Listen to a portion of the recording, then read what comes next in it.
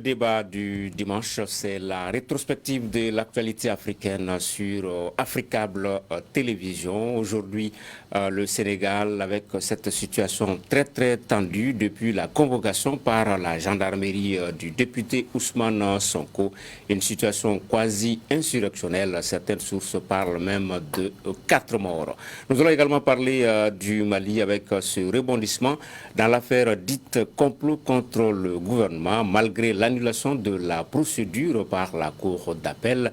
Rasbach, Vital Diop et autres co-accusés qui restent derrière les barreaux. Le Mali également avec un dernier sujet politique avec cette question. L'imam Diko est-il ressorti de la mosquée? En tout cas, c'est un discours vitriol qu'il a tenu ces jours au palais de la culture. Il s'en est pris aux autorités de la transition. On va en parler avec nos invités, M. Cheikh Parkounari, avocat, Massiré Diop de l'Indépendant, Youssouf Sissoko, directeur de publication Info 7, et Serge Daniel, journaliste écrivain. Sénégal, situation très très tendue, je vous le disais, avec la convocation par la gendarmerie de l'opposant Ousmane Sonko, en plus du présumé viol de la masseuse Adji Sarr. Une autre charge pèse sur le député, à savoir la participation à une manifestation non autorisée. C'est donc une situation quasi insurrectionnelle, je vous le disais, à Dakar et certaines villes de l'intérieur. Certaines sources parlent de 4 morts. Massiré Diop, la tension qui ne faiblit pas, puisque demain, d'autres manifestations pourraient avoir lieu. La désobéissance civile pendant 3 jours. Effectivement, bonsoir d'abord et puis bonsoir aussi à mes chers co-débatteurs. Effectivement, c'est une situation extrêmement tendue. Il faut dire qu'on s'attendait un peu à ce que ça s'embrase de cette façon, parce que au départ, c'est vrai que c'était un fait assez banal, hein, un salon de massage, une accusation de viol, ça pouvait être réglé juste par des voies judiciaires. Mais là, on voit que véritablement, il y a la politique qui a véritablement été mise en jeu avec son arrestation pour d'autres faits qui n'ont rien à voir avec sa convocation, parce qu'il était sur le chemin de répondre à ces juges. Donc la situation on ne pouvait s'attendre qu'à ces développements auxquels on assiste maintenant. Et je sais comment une simple affaire de mœurs peut embriser tout un pays. Oui, effectivement, vous l'avez dit à l'entame de vos propos, que c'est d'abord une affaire de viol et de menaces de mort portée par une masseuse Adji Sarr, et qui a vraiment dégénéré en émeute. C'est une véritable émeute qui se passe aujourd'hui au Sénégal. Et c'est quand même regrettable parce que cette affaire a pris une allure politique, une allure véritablement politique, parce que tous les observateurs s'accordent aujourd'hui à dire que Macky Sall, aujourd'hui, après avoir neutralisé politiquement Karim Wade et Khalifa Sall, l'ex-maire de Dakar, et après avoir accepté, n'est-ce pas, le ralliement d'Idrissa Seck, il voudrait justement se débarrasser de Ousmane Sonko, qui est le principal opposant. Donc je crois qu'aujourd'hui, tout le monde s'accorde à dire que c'est vraiment une affaire politique. C'est vrai, l'affaire de Mers, c'est quand même une affaire très grave, surtout à un moment où alors on fait la promotion, en tout cas, des droits des femmes. Mais je pense que pour cette affaire-là, je pense véritablement que la justice pouvait jouer véritablement son rôle avant qu'on en arrive justement à ça. Mais tout porte à croire qu'il veut neutraliser, c'est un obstacle de plus pour lui. Donc en se débarrassant de Ousmane Sonko, le boulevard sera ouvert pour lui, peut-être pour un 3e mandat. Oui, maître, on en a parlé la semaine dernière, mais on était peut-être loin de s'imaginer que ça allait atteindre cette proportion-là, cette affaire Adji Sarr, Ousmane Sonko. Oui, bonsoir à tous. Je suis très triste de voir un pays démocratique entre griffes comme le Sénégal plonger si vite dans la violence. Mais je crois que on n'est pas en train d'examiner les causes profondes.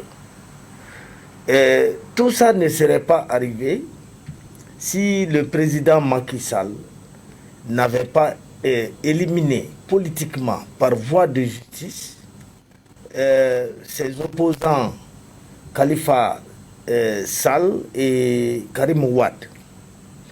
Et donc, le cas Sonko apparaît comme une répétition d'une stratégie déjà éprouvée qui a permis au président d'éliminer ses opposants politiques. Les gens ne l'acceptent pas. Ce que les gens n'acceptent pas non plus, c'est de les pousser au désespoir politique. Parce qu'aujourd'hui, il n'y a presque plus d'opposants au Sénégal. Le principal opposant, porte-voix des minorités, c'est bien Ousmane Sonko. Éliminer Ousmane Sonko, c'est faire, si vous voulez, place nette pour le président de la République qui pourra faire tout ce qu'il voudra, y compris briguer un troisième mandat sur lequel il n'arrive pas encore à se prononcer. Enfin, je vous dis que quand des situations insurrectionnelles de cette nature explosent, beaucoup de gens s'en mêlent qui, a priori, n'ont rien à voir avec la politique. Vous avez des victimes du coronavirus, vous avez donc des militants pour d'autres causes, vous avez la société civile. Donc, vraiment, il faut prévenir ce genre de climat, parce que dès que ce climat s'installe, il est difficile de l'éradiquer. Oui, souvent, Serge, c'est la question que l'on se pose, si ce n'est pas l'expression d'un ras-le-bol au-delà de l'affaire Sonko-Adji Sarr, puisque ce qu'on a vu manifester, ce sont essentiellement des jeunes. Et c'est ça, c'est-à-dire qu'au-delà, on part d'une crise, une affaire privée entre une dame et un homme politique, et finalement ça devient une crise sociale. Vous voyez, il n'y a pas de leader pour le moment. C'est spontané et en même temps éparpillé. Au Burkina, on a eu le ballet citoyen à un moment. Au Sénégal, c'était Yanama. On n'a pas ce genre de mouvement aujourd'hui au Sénégal. Et c'est en ça que le pouvoir doit avoir peur. Parce que s'il y avait ce genre de mouvement, on pouvait dire qu'il y avait des interlocuteurs en face. Donc c'est en train de se métastaser un peu partout. Vous avez parlé de la marche de ce lundi qui se prépare. Et c'est quand même dangereux. Vous avez vu le rôle aussi des réseaux sociaux. Il y a eu de fausses images qui ont été diffusées. De personnalités respectables, des avocats, des ingénieurs, etc. ont diffusé de fausses informations, de fausses images des manifestations. Mais la situation aujourd'hui est quand même, de mon point de vue, grave. Parce qu'il n'y a pas d'interlocuteur en face. C'est éparpillé. Donc je pense qu'il appartient au président de la République de tout de suite, il n'y a pas de gêne là-dessus. Dans ce pays, on a vu des présidents, des chefs d'État faire marche arrière, ça ne veut pas dire qu'on est faible. Il faut mesurer le pour et le contre. Et il y a une lassitude aussi, j'en aurais terminé, du côté des forces de l'ordre. Il y a une image qui a circulé partout. On a vu sur un véhicule de police un policier qui était fatigué, qui disait, mais qui avait l'air de dire, qu'est-ce que je fous dans cette affaire? Donc la balle est plutôt dans le camp du président de la République, qui doit s'adresser, je crois, à la nation pour dire, écoutez, calmons le jeu, je n'ai jamais voulu emprisonner un opposant, etc. Et trouver les mots. Mais ça ne va pas régler le problème, ça va le déplacer pour un moment. Il y a une crise profonde, il doit écouter sa jeunesse. Oui, Youssouf Sissoko, la balle est dans le camp du président Macky Sall, mais on n'aimerait pas être à sa place parce qu'aujourd'hui, il est entre la nécessité d'aller au bout de la procédure en tant que garant premier magistrat, mais également en tant que peut-être la personne qui a cette responsabilité de sauvegarder la stabilité du pays. Il est dans un dilemme et on voit la gestion de l'affaire, ce que ça nous a amené. Oui, et effectivement, c'est lui, en tant que père de la nation, qui doit avoir le dernier mot. Et il doit s'impliquer pour qu'il y ait justement de la calmie. Mais malheureusement, c'est lui qui est en train de mettre de l'huile sur le feu parce que, franchement, quand tu observes très bien, on se rend compte que cette affaire-là, c'est une affaire politique et ça a été suscité par le président de la République lui-même. Parce que Ousmane Sonko devient en tout cas un homme politique gênant pour lui. Et c'est lui seul aujourd'hui qui porte en tout cas la voix de l'opposition. En tout cas, il y a d'autres opposants, mais c'est lui qui est quand même visible. Et moi, je pense que ce qui est à déplorer dans cette affaire aussi, c'est le manque d'audace en tout cas de nos institutions. Et sous nos tropiques, malheureusement, nos institutions ne sont pas fortes. Et pour paraphraser en tout cas Barack Obama, l'Afrique aujourd'hui a besoin d'institutions fortes. Et vous avez vu la promptitude avec laquelle l'Assemblée s'est précipitée pour lever son immunité. Ensuite, la justice qui s'accaparent du dossier pour en tout cas essayer de diligenter un peu ce procès-là. Moi, je pense que nos pays traversent déjà une crise due en tout cas à la Covid-19. S'il faut en rajouter encore une autre crise, moi je pense que Macky Sall doit poser balle à terre pour éviter justement qu'il y ait un embrasement total au Sénégal. Et je crois que nous, inévitablement, on s'achemine vers ça. Oui, Massiré Diop, l'Assemblée nationale s'est précipitée pour lever l'immunité. Est-ce que ce n'est pas à ce niveau le bas blesse? Parce qu'on a vu, l'Assemblée est censée être la représentation du peuple. On a vu l'immunité a été levée, l'Assemblée s'est prononcée, mais des jeunes, beaucoup de Sénégalais à Dakar, à l'intérieur, sont descendus dans la rue. Ça veut dire que quelque part, ces députés-là ne représentent pas la majorité du peuple. Moi, je pense que ça va au-delà même de la question de représentation nationale.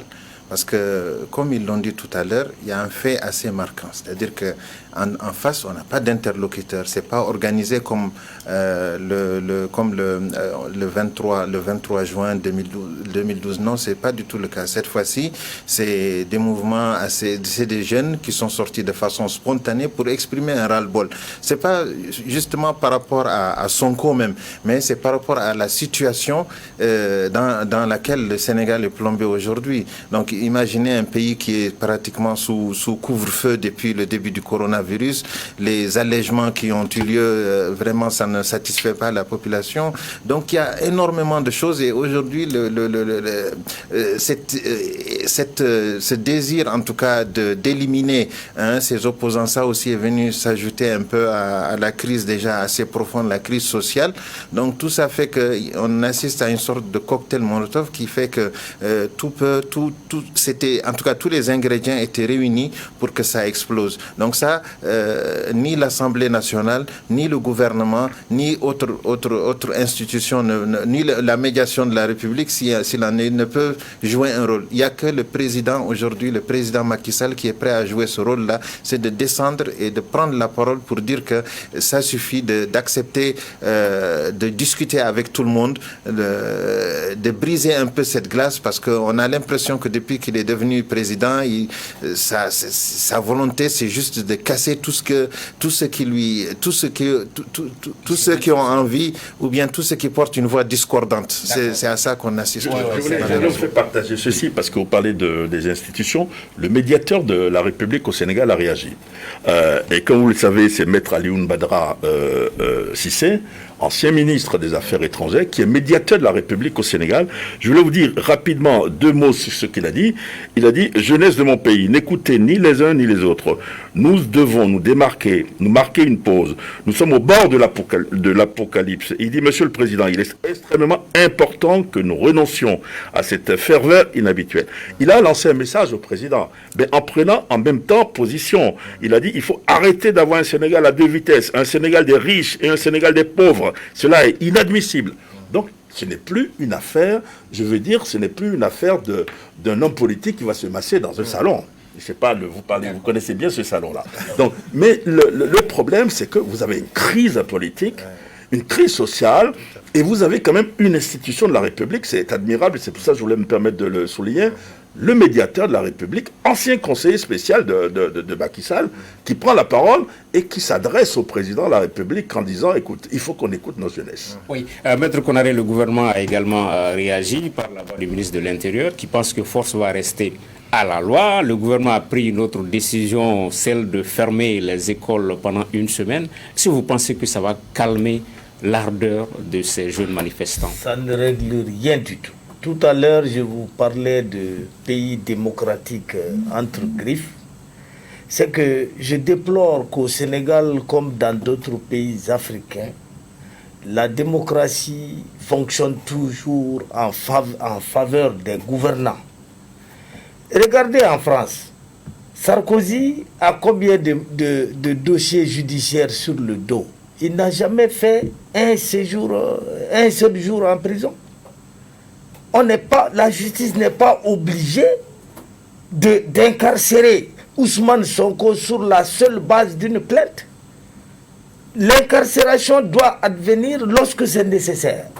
Or, vous avez là un opposant qui a toutes et qui a toute la représentation nécessaire, qui a toujours déféré aux convocations de la justice, qui est connue. On n'est pas obligé de l'incarcérer. Surtout qu'il n'est même pas arrivé chez le juge pour avoir tout simplement changé de chemin. En se rendant chez le juge, on a jugé utile de l'incarcérer. Moi, je crois qu'il faut se ressaisir, essayer vraiment de faire jouer, de respecter les contre-pouvoirs. Et ces contre-pouvoirs, notamment la justice, doivent se faire valoir devant la toute-puissance du président de la République. Tant que cela ne se fait pas, nous aurons toujours ces scènes de rue-là, parce que ces scènes de rue constituent en réalité l'explosion d'un peuple qui n'a pas trouvé d'exutoire. Oui, Youssouf Sissoko, après je vais vous donner la parole. Le Sénégal, quand même, c'est une vitrine, hein, c'est notre fierté à nous tous en termes de pratiques démocratiques avec le Bénin. Au Sénégal, c'est quasiment 2 siècles. En termes de perspective, les lendemains, est-ce qu'il faut craindre à ce que cette image soit écornée? Est-ce qu'il faut envisager le pire, par exemple? Oui, on ne le souhaite pas. Non, on ne sera pas un oiseau de mauvais augure. Mais encore une fois de plus, la balle est toujours dans le camp du président Macky Sall. Vous l'avez si bien dit, le Sénégal, la démocratie sénégalaise, c'est vraiment la vitrine de l'Afrique. Hein. Elle fait partie des meilleures démocraties parce que l'alternance, parce que l'armée qui ne s'est jamais mêlée en tout cas de la chose politique, il n'y a jamais eu de coup d'État. Donc vraiment... La démocratie sénégalaise a une très bonne presse, en tout cas, dans la sous-région et même en Afrique. Maintenant, est-ce que le lendemain... Bon, il faut craindre quand même un lendemain trouble parce que j'ai comme l'impression que Macky Sall a un agenda très clair. Il a l'intention peut-être de se maintenir au pouvoir au-delà, en tout cas, de son mandat, un 3e mandat. Et alors, moi, je sais que je vois venir, c'est que les Sénégalais en ont assez maintenant de ce régime. Donc, ils veulent justement qu'il y ait, en tout cas, ce changement-là. C'est pourquoi la sortie, en tout cas, le soutien à Ousmane Sonko, ce n'est pas seulement pour Ousmane Sonko, mais cette crise cristallise, si vous voulez bien, les profondes frustrations, en tout cas, du peuple sénégalais. Donc, moi, je pense que la balle est dans le camp de Macky Sall. Il faut qu'il se ressaisisse pour en tout cas sauvegarder cette bonne image en tout cas de la démocratie sénégalaise. Oui, je voulais dire un mot rapidement. À cause grâce aux images, j'ai entendu dire que c'était des terroristes. Je ne sais pas si vous avez entendu l'expression. Ce ne sont pas des terroristes qu'on voit, ce sont des gens qui ne sont pas cagoulés. Ce sont des gens qu'on peut reconnaître, ce sont des jeunes. On peut être d'accord ou ne pas être d'accord. D'abord, moi je n'aime pas quand on casse, mais on peut être d'accord ou ne pas être d'accord, mais ce sont des jeunes avec le drapeau national que vous voyez là et qui n'ont visiblement rien à voir avec les terroristes. Oui, Massiré Diop, mais Macky Sall, il a quand même été réélu il y a pas longtemps, il y a moins de 2 ans. Qu'est-ce qui s'est passé entre-temps? C'est-à-dire que les gens ne sont pas contre véritablement le régime de Macky Sall, mais je dis c'est des faits qui sont là et qui ne sont pas du tout, orthodoxes, qu'on ne recommande pas, auxquels il s'est adonné. C'est ça le problème aujourd'hui. En voulant casser l'opposition, en continuant à faire des frustrés au Sénégal, ça aussi c'est un problème. Maintenant, je voudrais rebondir sur un fait dont on ne parle pas assez. C'est-à-dire on n'entend pas beaucoup les chancelleries occidentales aussi se prononcer sur le... Alors qu'il y a un truc très grave. Vous avez vu comment les Sénégalais ont commencé à saccager les sièges de Orange, les sièges de le Carrefour, Auchan. Donc tout ça aussi, c'est quelque chose qu'on ne doit pas perdre de vue. Et là, les chancelleries occidentales, même si c'est pas une question d'ingérence, mais je pense que là, c'est l'occasion ou jamais de parler. Sinon, cette situation va leur déborder. Voilà. Qu'est-ce que les confrères en pensent? Très rapidement, on va voir la revue de presse par rapport à cette actualité au Sénégal. Ce que les confrères en pensent. Tribune, chaud. Voilà le titre de ce journal. Libération, la liste macabre s'allonge. Les Échos, encore 3 morts, vol et pillage à gogo. L'Observateur, à mort la violence, déjà 4 vies tombées. Le quotidien Walf, la Chienlit s'installe à Dakar, Thiès. Hélas, l'État se radicalise avec cette sortie du ministre de l'Intérieur. La source, elles n'ont pas bougé d'un iota, ces manifestations. Et le quotidien Sud, la rue dicte sa loi. Et Pop, le ministre de l'Intérieur, alourdit le dossier Sonko. Direct News, le président Macky Sall doit s'adresser à la nation. Et enfin, quotidien, Jom saccage Songo. Dakar Times, pire que le 23 juin dont parlait à l'instant Massiré Diop. Deuxième thème de ce débat du dimanche pour parler du Mali avec ce rebondissement dans l'affaire dite complot contre le gouvernement. Malgré l'annulation de la procédure par la Cour d'appel de Bamako, Rasbat, Vital Diop et les autres co-accusés restent incarcérés. Après donc le pourvoi en cassation du procureur général, nous écoutons ici un des avocats, Maître Kassoum Tapo. La Cour d'appel de Bamako vient de vider son délibéré dans le dossier dit de complot contre le gouvernement de la République. La Cour, conformément au réquisitoire oral du procureur général, a annulé la procédure, annulé le mandat de dépôt du juge d'instruction et ordonné la mise en liberté immédiate de tous les inculpés. L'annulation de la procédure met donc fin à cette affaire et je m'en réjouis. En tant qu'ancien bâtonnier, ancien ministre de la Justice, j'ai toujours eu confiance à la justice du Mali. Bien qu'il y ait eu des dérapages, bien qu'il y ait eu un procureur qui ait dit aucun procureur n'est fou pour classer ce dossier, nous n'avons pas réagi parce que nous avons toujours eu confiance à la justice. Et aujourd'hui, il s'est trouvé un procureur général pour dire qu'aucun procureur ne peut poursuivre dans un dossier pareil. Et les juges l'ont entendu. Avant lui, son prédécesseur à l'autre audience, Alou Nampé, avocat général, avait dit la même chose. Ce que nous n'avons pas cessé de dire dans ce dossier dès le départ, à savoir que c'était un dossier vide et qu'on a voulu instrumentaliser la justice. Et ça n'a pas marché. Donc c'est la démocratie qui gagne. Ce sont les libertés de nous tous qui étaient en cause qui gagnent. Youssouf Sissoko, c'est la démocratie qui gagne. Est-ce que ce n'est pas une joie prématurée de l'avocat Maître Tapo, puisque certains de ses clients restent encore derrière les barreaux? Bon, et en fait, nous assistons, en tout cas dans cette affaire juridique, nous assistons à une mise en scène, à une véritable mise en scène. Et je crois que cette mise en scène ne grandit pas véritablement notre justice. Puisque, honnêtement, il ne me revient pas souvent de commenter une décision de justice. Peut-être que le procureur général qui a pris cette décision est dans son rôle, puisqu'il défend en tout cas les intérêts de l'État. Mais moi, je me dis, au-delà, n'est-ce pas, de l'aspect juridique, c'est justement le pays qui se trouve en tout cas dans une situation très peu enviable, parce que pour en tout cas une affaire de déstabilisation, s'il faut en tout cas ébranler toute une république, moi je pense que ça c'est vraiment regrettable. Et je pense que ce procureur Idrissa Arizo Maïga, qui est le procureur général près la cour d'appel de Bamako, et franchement il n'est pas à son premier essai, parce qu'on se rappelle aussi même dans l'affaire CNPM, c'est lui qui bloque pratiquement la mise en œuvre en tout cas de la grosse qui devait en tout cas permettre à l'autre camp aussi de... C'est-à-dire qu'en fait, c'est un procureur qui est là justement, en défendant les intérêts de la République, il est en train de créer justement, il est en train de créer de la chélie. Donc ça, c'est quand même regrettable. Tout à fait. Le lambda, Massiré Diop, a sa perception par rapport à ces décisions de justice, mais quand vous écoutez ces professionnels du droit, le procureur et puis d'autres, ils pensent qu'on est toujours dans la procédure et que tout ce qu'ils sont en train de faire présentement est autorisé par la loi, voilà. Moi, je pense que les gens sont en fait perdus, surtout ceux qui ne sont pas tellement initiés sur le dossier. Ils voient une décision pensant que c'est le bout du tunnel et paf, on repart à la case départ. Franchement, je me dis qu'il y a quelque chose qui n'a pas marché. Qu'est-ce qui n'a pas marché? Est-ce que le dossier n'a pas été, dès le départ, mal engagé?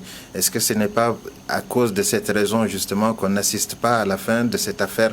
Parce que c'est une affaire comme ça qui ne tire toujours pas son épileur.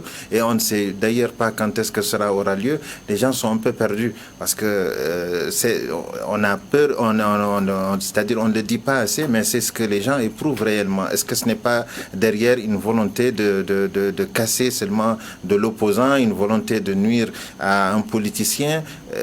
en tout cas, les questions restent en suspens par rapport à ce dossier. Oui, Maître Konaré, c'est des avis de citoyens lambda. Hein, quand ils pensent que chambre d'accusation, on pense que le dossier est vide, cour d'appel, on pense que le dossier est vide et que malgré tout, les co-accusés restent en prison, il peut se faire des idées, avoir des perceptions, même si elles peuvent ne pas être fondées. Non, il faut que vous compreniez une chose. Un procès, c'est plusieurs étapes. Il y a d'abord dans ce dossier l'étape du juge d'instruction de la commune 3 de Bamako qui a placé les détenus et les personnes poursuivies sous mandat sous diverses inculpations. Les avocats ont fait appel et l'appel vient devant la chambre d'accusation de la cour d'appel qui est la juridiction d'instruction du deuxième degré, capable de réformer tout ce que le juge d'instruction a eu à décider. La chambre d'accusation a décidé que la procédure telle qu'elle avait été suivie souffrait de nombreux vices et elle a annulé la procédure. Elle a annulé les mandats et elle a ordonné la mise en liberté des personnes poursuivies. Mais maintenant, cette décision n'a pas plu au procureur général près la cour d'appel qui représente les intérêts de la société. C'est son droit, conformément à l'article 505 du Code de procédure pénale, de se pourvoir en cassation contre l'arrêt qui a été rendu. Malheureusement, quand vous lisez l'article 505 du Code de procédure pénale, le pourvoi du procureur général a un effet suspensif. Ce qui signifie que l'arrêt de la chambre d'accusation ne produit aucun effet quand il y a un pourvoi du procureur général. Donc il faut attendre maintenant la chambre criminelle de la Cour suprême pour statuer sur la régularité et le bien fondé de l'arrêt rendu par la chambre d'accusation. D'accord. Donc comme les gens sont pressés et que le dossier est polémique, bien entendu, tout le monde s'étonne, tout le monde s'écrie, mais c'est ça la vérité. D'accord. Et ce que j'aimerais ajouter pour terminer, c'est que ça c'est la procédure uniquement sur la forme. On n'est pas encore en train de juger la culpabilité ou non des accusés. Parce que ce fond-là ne peut être jugé que par la cour d'assises. On n'est que sur la forme. Et on est déjà à plus de 6 mois sur cette forme-là. On n'est pas encore en train d'entrer au fond du dossier sur les faits et la consistance des faits. Maître, on va revenir vers vous. Le temps de faire réagir, Serge. On fait bien de prendre la parole à Maître Konaré parce qu'il se croyait déjà dans une salle d'audience. C'est sa robe noire seulement qui lui manquait. Je ne suis pas d'accord avec vous. Lorsque vous attaquez mon cousin Arizo, un autre procureur aurait pu faire la même chose. Il est incontestable que dans ce dossier, pour le citoyen lambda que nous sommes, il y a un malaise. Il y a un malaise parce qu'un certain nombre beaucoup de gens ne comprennent pas ce qui se passe. On dit mais pourquoi à tel niveau? On a dit bon, le dossier est mal ficelé, il faut les libérer, et que finalement on dise oui, il y a pourvoi en cassation, oui c'est juste. Mais de l'autre côté, moi j'ai plutôt de l'espoir, c'est-à-dire que quand on va aller devant en cassation.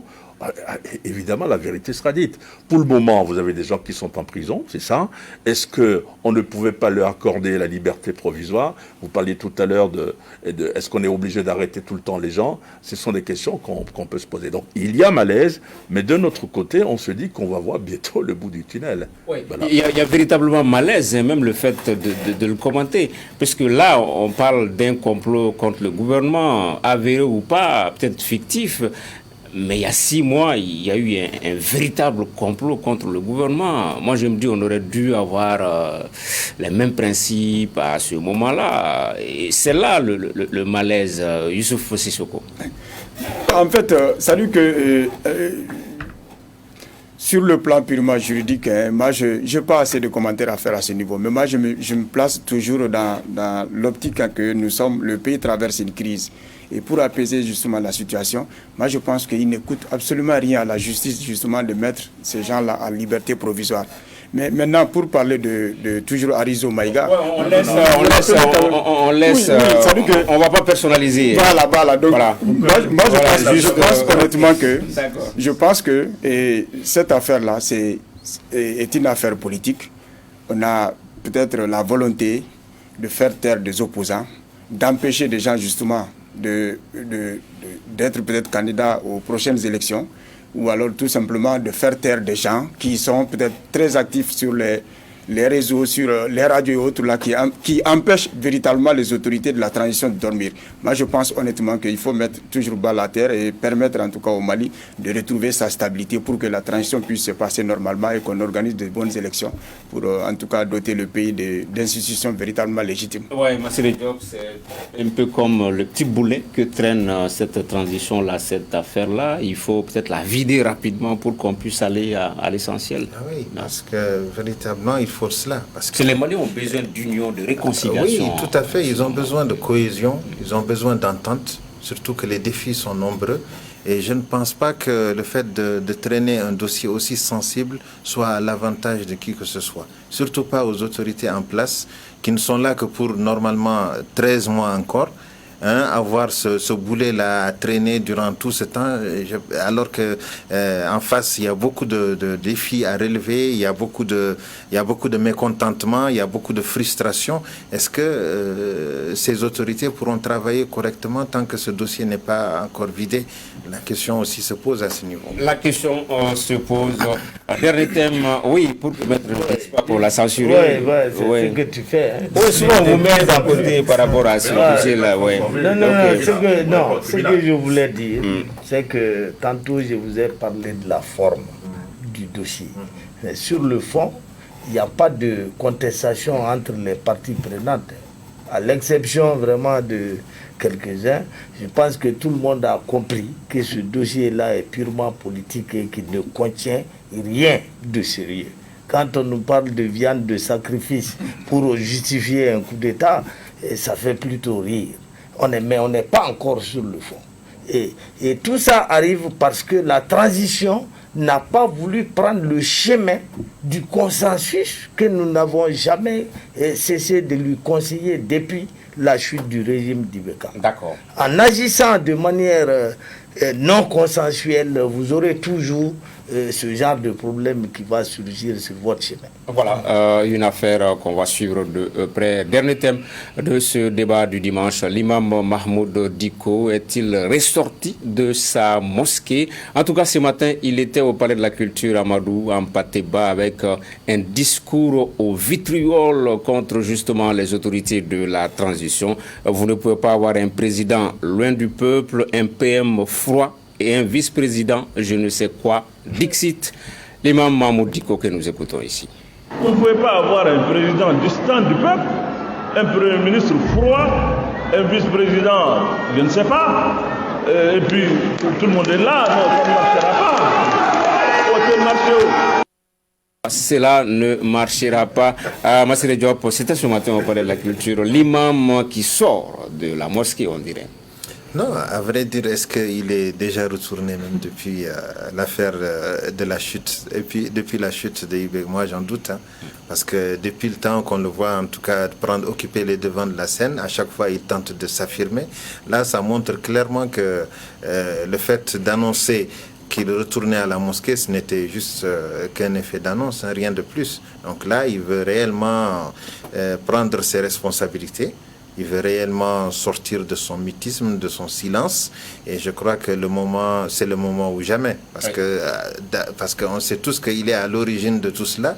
Donc si jamais il ne s'exprime pas, il ne sort pas, il décide de rester dans son carcan ou dans sa tour, ça ne marchera pas. Oui, Youssouf, peut-être que ce n'est pas méchant, il ne faudrait pas prendre ces phrases-là au sens littéral. Qui aime bien châtie bien. Peut-être que l'imam veut secouer un tout petit peu le cocotier pour que les choses puissent être diligentées, non? Oui, en fait, le cas de l'imam est un cas particulier parce que l'imam est d'abord insaisissable, il est imprévisible.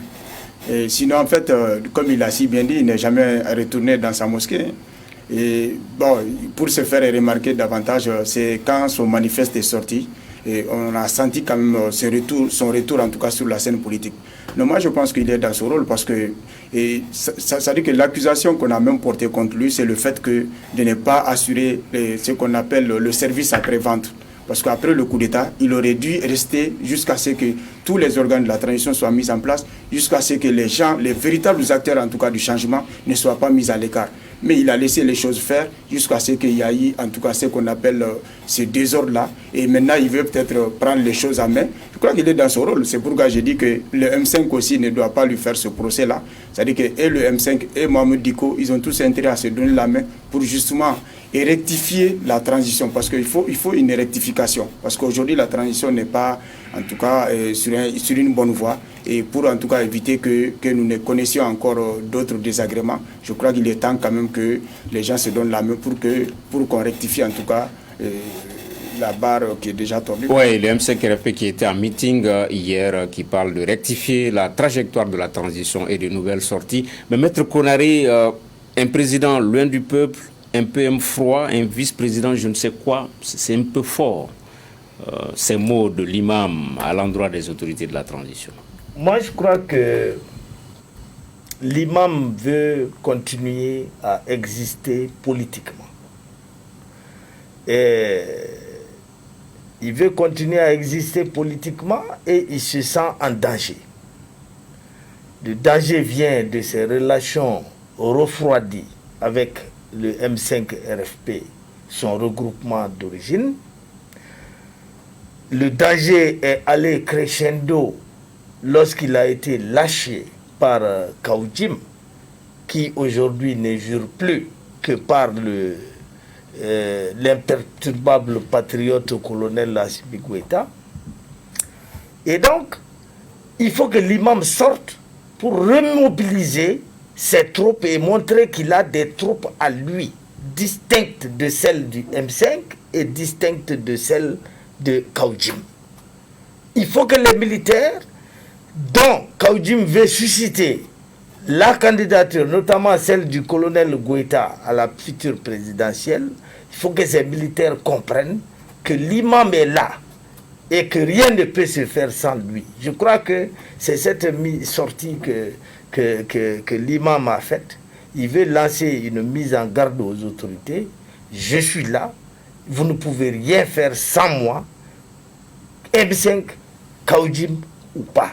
D'accord. En partie, je ne suis pas du tout d'accord avec Maître Konaré pour une fois. Enfin, pas pour une fois. Mais je ne suis pas d'accord. Comme toujours. Parce que tu n'as pas suivi tout le discours. En fait, ce n'était pas un meeting de lui. Il était un meeting de Poulot, l'ancien ministre de l'Éducation nationale, qui a lancé un mouvement pour être candidat. Et quelque part, parce que c'est un ami du Canada qui m'a prévenu, je n'étais pas au courant, donc j'ai suivi un peu, il a dit qu'il n'a rien contre le M5. Il a laissé entendre qu'il n'a rien contre Kaoudim, sans citer son nom. Un peu plutôt comme si il n'était pas contre un nouveau regroupement, c'est du M5, de tous ceux qui sont mécontents, je dirais, de la transition. Mais là où je suis d'accord en partie avec toi, c'est quand tu dis qu'il veut jouer un rôle central. Les autres l'avaient parlé d'autorité morale, moi j'avais dit personnage central du M5, donc il va être au centre du jeu. Mais par rapport à la transition, il y a eu un mot pour chacun. Le président distant, je sais que le président ne l'a pas rencontré depuis un moment. Il a demandé à être rencontré. C'est une personnalité de ce pays, il a le droit de demander à voir le président. Est-ce que le président de la République veut rester à équidistance des forces en disant « je ne reçois pas les religieux comme ça », ça c'est autre chose. Il dit le Premier ministre froid, c'est là où je ne suis pas tellement d'accord avec lui. Mokhtar c'est un diplomate, c'est pas quelqu'un qui va rigoler tout le temps au marché. Quand tu ne le connais pas, il est froid. Et il est le premier à savoir qu'il n'est pas froid. Donc c'est un élément de langage. Mais il n'a pas voulu qualifier le vice-président tout en le qualifiant. Il dit je ne sais quoi. Comme pour dire un peu qu'il n'est pas content du vice-président. Donc c'est un positionnement, c'est un ressenti donc personnel, mais en même temps un discours pour toute la classe politique, la société civile, pour dire je veux recomposer la scène politique, je veux former un bloc de contestataires, si c'est nécessaire, contre la transition. Justement, on va embrayer avec des activités politiques tout au long de la semaine, puisque ça a beaucoup bougé autour du landerneau politique avec le mouvement MEA de Mamadou Igor Diarra qui rejoint l'URD. On parle d'éventuelle candidature du ministre Malik Coulibaly ou de Seydou Mamadou Coulibaly. Mais on introduit tout cela par cette autre sortie de Kaou Jim par rapport à la candidature du vice-président Assimi Goïta. C'était hier au Centre international de conférence de Bamako. Je vous demande, je vous supplie, je vous implore de vous lever avec moi pour dire l'imperturbable Assimi Goïta. Mali, toutes les femmes du Mali sont d'accord pour que l'imperturbable Assimi Goïta soit notre candidat pour les élections de 2022. Maître Konaré, on va, parce qu'il faut qu'on vide cet autre dossier, on a une charte qui est pourtant claire, selon laquelle Assimi, le président, le premier ministre ne peuvent en aucun moment être candidats justement à cette élection présidentielle. Bon, chacun cherche à manger comme il peut. Pour Kaoudim, le gâteau se trouve entre les mains de l'imperturbable colonel. Et il a répondu à votre question. Il dit que ce sont les hommes qui ont fait cette charte. Les hommes peuvent défaire cette charte. Et moi, pour ce qui me concerne, j'en ai vu d'autres. Si réellement le colonel Goïta veut être candidat, personne ne l'empêcherait de revoir cette charte-là. Et vous aurez toujours l'aval des autorités pour couvrir ce changement. Seulement, c'est un chemin extrêmement périlleux pour lui et moi je lui conseillerais de ne pas s'y hasarder. D'accord, on va revenir sur les autres aspects. Cette semaine également à Massiré Diop, il y a eu cette rencontre avec souvent ces informations selon lesquelles l'ancien ministre de la Justice Malik Coulibaly pourrait être partant. On a vu également Mamadou Igor Diarra et tous les alliés qu'il avait lors de la dernière élection présidentielle qui rejoignent l'URD. Ça commence à bouger. Non, au fur et à mesure qu'on va s'approcher des élections, il ne faut pas être surpris. Parce que ces annonces-là, moi je pense qu'il faudrait toutes les mettre dans le cadre un peu de ce qu'on pourrait qualifier de pré-campagne. Parce qu'on est véritablement dans cette phase. Bon, d'autres n'ont pas encore peut-être qu'ils prendront le train en marche, je veux parler du M5, mais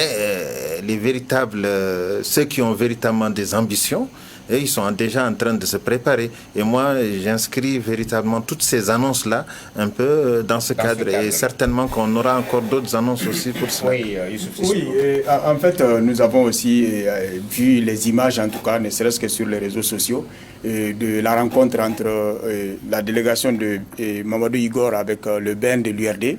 Et je crois que Mamadou Igor honore ici un engagement qu'il avait pris avec Soumaïla de son vivant. Parce qu'on se rappelle en 2018, quand il a voulu être candidat aux élections présidentielles, il y avait le problème de parrainage. Je crois que c'est les députés URD qui ont parrainé justement la candidature de Igor. Et en récompense justement à cela, il avait promis à Soumaïla, fait Soumaïla Cissé, en tout cas de tisser des liens de rapprochement entre son mouvement et l'URD. Et finalement, comme il y a eu en tout cas la mort brusque du président de l'URD, mais il a quand même honoré son engagement.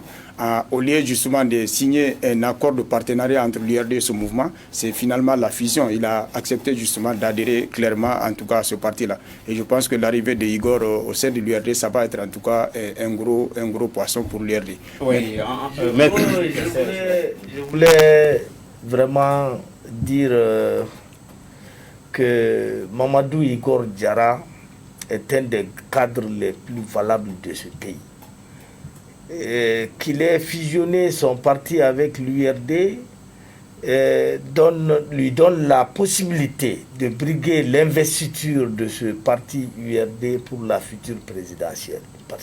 Et il a beaucoup de chances d'y parvenir, d'autant que je ne vois pas grand monde à l'URD qui est sa jeunesse, qui est sa stature, son parcours et vraiment son carnet d'adresses. Je ne peux que prier pour lui. Pour ce qui concerne Malik Coulibaly, il a une grande réputation de rigueur, d'homme sérieux. Et donc, Igor, Malik, donc la future présidentielle, pourrait s'avérer vraiment un grand jeu entre de dignes fils du Mali. Oui, il y aura d'autres, hein, il y en aura. Moi, pour la première prise de parole, vous voyez, vous préférez toujours Konaré à moi, mais c'est un constat que je fais. On est passé un peu à côté sur les images de Kaoudim. Là, il parlait en tant que président de la CRT. De l'association L'appel citoyen pour la réussite de la transition. Vous avez vu le monde qu'il y avait dans la salle? Vous croyez que c'est lui seul qui a mobilisé ça? Donc il y a des gens derrière. Regardez le monde. Vous avez vu ce monde-là? En période de pandémie, vous croyez que c'est lui seul qui a mobilisé ça? Ça veut dire qu'il a du monde derrière. Est-ce que M. Goïta est partant ou pas? On ne le sait pas. Mais je crois qu'il doit être au courant de ces manœuvres-là. Il était à Gundam, sur les Kalantha notamment aujourd'hui, où on a vu prendre un bain de foule. Donc il faut suivre très attentivement ce mouvement. Il n'a pas dit oui qu'il est candidat, il n'a pas dit non, mais je pense que Kaoudim n'est pas seul avec le monde qu'on voit au palais. Et je me demande si certains savent ce qu'ils sont venus faire d'ailleurs, parce que le problème c'est de remplir d'abord la salle. Maintenant pour les autres, la classe politique, les autres candidatures, ce qu'on constate c'est que les trois grands partis n'ont pas de candidat naturel cette année. L'ADEMA, l'URD et le RPM. Il n'y a pas de candidature naturelle. Évidemment, ce qu'on constate c'est que les candidats hors système sont tentés de se faire élire ou d'être le candidat de ces partis-là.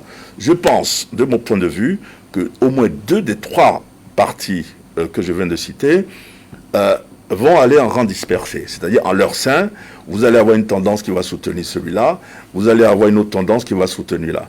Et ça, je vois ça se dessiner clairement parce que l'intérêt de quelqu'un comme Igor, c'est pas parce qu'il va se faire être le candidat de l'URD seul. Je pense qu'il va créer un vaste mouvement. Et d'autres, Malik Koulibaly dont vous parlez également, Chéma Hubert Koulibaly, on peut en parler également. La semaine dernière, on avait parlé de Seydou Mamadou Koulibaly. Donc ce sont des gens qui vont piocher au sein de ces grands partis, mais qui ne vont pas compter seulement sur ces partis politiques. Oui, le cap est fixé, mais faudrait-il que tout cela puisse se dérouler dans un timing qui puisse nous permettre de respecter le délai de la transition. On a oublié Boubou Cissé, parce qu'on n'a pas parlé de lui. Exactement. Les partisans de Boubou Cissé vont faire une déclaration la semaine prochaine pour dire, Boubou Cissé, nous te suivons, tu dois être candidat à la présidentielle. Donc ça va être animé, comme le dit Maître Oui, Youssouf Sissoko, le timing, il reste que 13 mois. 13 mois. Et en fait, dans une dernière sortie, le Premier ministre a été strict là-dessus. Et il pense ça veut dire que le discours du Premier ministre, c'est une déclaration de bonnes intentions. Mais en fait, au rythme où vont les choses, moi, je ne vois pas les lignes véritablement bouger. Donc on s'achemine véritablement vers la prolongation de la transition. Maître Konaré. Moi, je crois à une prolongation. Parce qu'en réalité, on n'a même pas pris le chemin de l'organisation des élections. Et les bisbilles qu'il y a dans la classe politique, le terrorisme qui enfle, l'insécurité qui est partout, je crois que on se dirige vers une prolongation malgré les assurances données par les autorités. Moi, je serais prudent, parce que vous vous souvenez quand Boubey, Premier ministre, a annoncé les élections, personne ne croyait à cela. On va faire des élections comme on pourra, mais je ne vais pas me permettre de dire qu'on va faire on va proroger peut-être la transition ou pas. Je ne vais pas m'aventurer là-dessus. D'accord. Oui, Massiri, dernier mot. Oui, sur ce point, en tout cas, moi aussi, je suis d'avis que je ne pense pas qu'ils puissent prolonger la transition. Peut-être obtenir des conditions à minima pour aller vite aux élections, parce que ça se voit qu'eux-mêmes, ils veulent tout de suite lâcher l'affaire rapidement. Oui, ce sera donc le mot de la fin. Message. Oui. Adam Thiam, notre ami Adam Thiam, j'ai oublié de vous dire avant l'émission, j'aurais dû m'asseoir à votre place, mais je vais m'asseoir ici pour le dire. Adam Thiam, il est un peu malade, mais il se remet, il est dans une clinique où il nous regarde actuellement. Il voulait nous faire un coucou, je me permets de vous le faire. Adam voilà, meilleure santé au corps, Adam Thiam. C'est donc la fin de ce débat du dimanche. Tout de suite, parlons droit avec Hassan Magatsi. 20h30, Eco Hebdo, Djibrila Maïga va parler de la filière coton au Mali avec Mahamadou Kamara. Et 21h, politique, l'invité avec Maître Muntagatal, le président du CENID, Fasso Iriwaton, également membre du M5 RFP avec Robert Lissa à 21h. Quant à nous, on vous donne rendez-vous, Inch'Allah, dimanche prochain pour un autre débat. Merci à l'équipe Dija Keita, Oumar Sangaré, Arnaud Yobou, qui nous ont permis, toutes ces personnes-là, de tenir cette émission. Merci à eux et à la semaine prochaine, Inch'Allah.